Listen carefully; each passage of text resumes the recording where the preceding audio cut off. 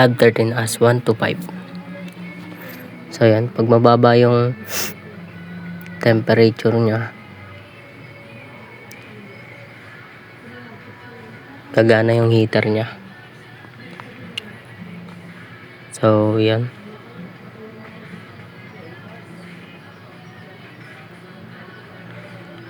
start na natin yung system.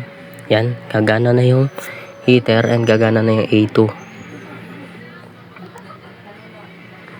Meron siyang 45 degree Celsius and 30 degree Celsius. Yun yung temperature na kailangan ng tank para gumana yung A2.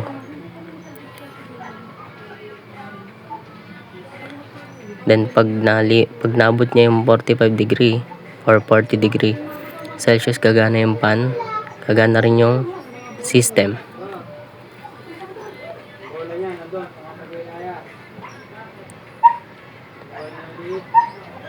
At mamamatay yung A2.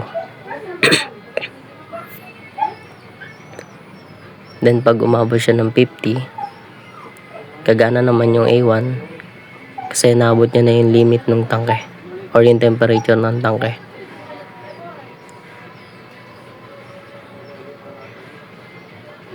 Then gagana yung A1. Yun lang. Then next naman is yung lab 13 as 2. So yan, may D0 tayo. Pag nag-add tayo ng 10, gagana yung 100.00 and 100.05 dahil nag-equal siya dun sa 10 na value. Then pag nilagpas natin ng 30, greater than naman siya sa 10. Then pag 45 ay sa 30, then 45 naman, gagana yung alarm dahil greater than na siya sa 30. Dapat equal lang siya sa 30 at 10. Then lab 13 as 2 as 3 pala, 1.3 ay 1.1. Yan, pag magkakount tayo ng 10, nagana na yung indicator or yung green light or yung 105.00. Yan, nag 10. Then pag nag-equal siya sa 10, sige, count lang natin, gagana naman yung 101.00. Then pag lumagpas siya ng 10 or di sila nag-equal, gagana yung 100.06. Basta greater than siya sa isa. Yan, pag nag-equal, 101 ulit. Next, 105.05. Pag lumagpas naman isa. Then next naman,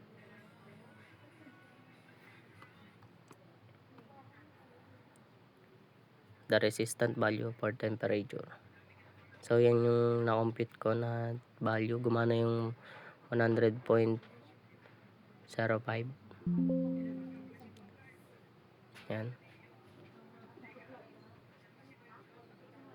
Kailangan makuha natin yung temperature.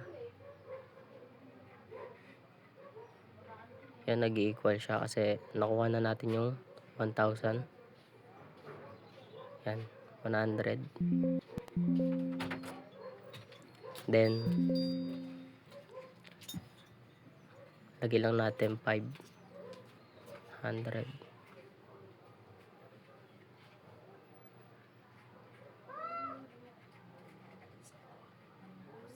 Kailangan mag-equal siya sa 500. Yan, gumana yung red. So next,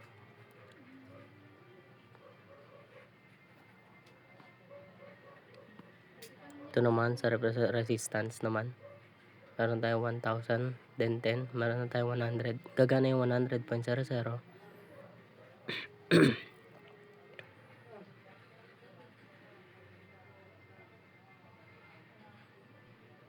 Then lagay natin 20.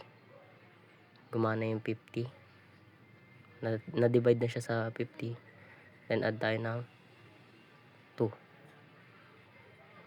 Then nagkaroon tayo ng 100. Gumana yung 100.00. Next,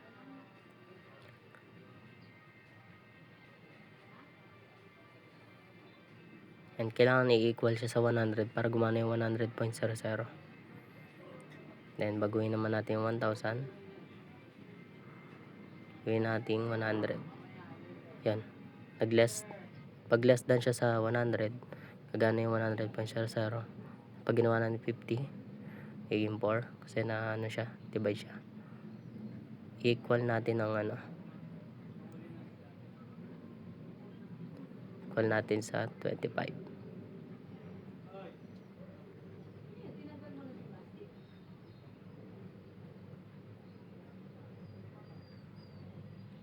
Yan. Wait lang. Equal natin siya ng 25. Gawin natin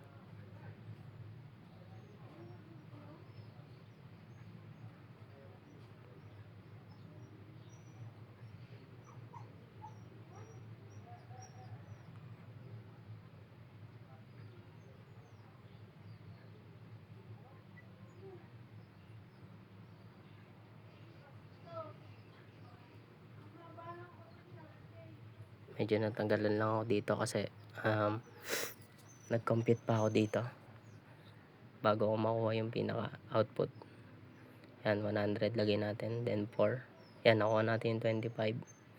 Then ita-times natin sa 2 para makuha yung 50. Then gagana yung 100.05.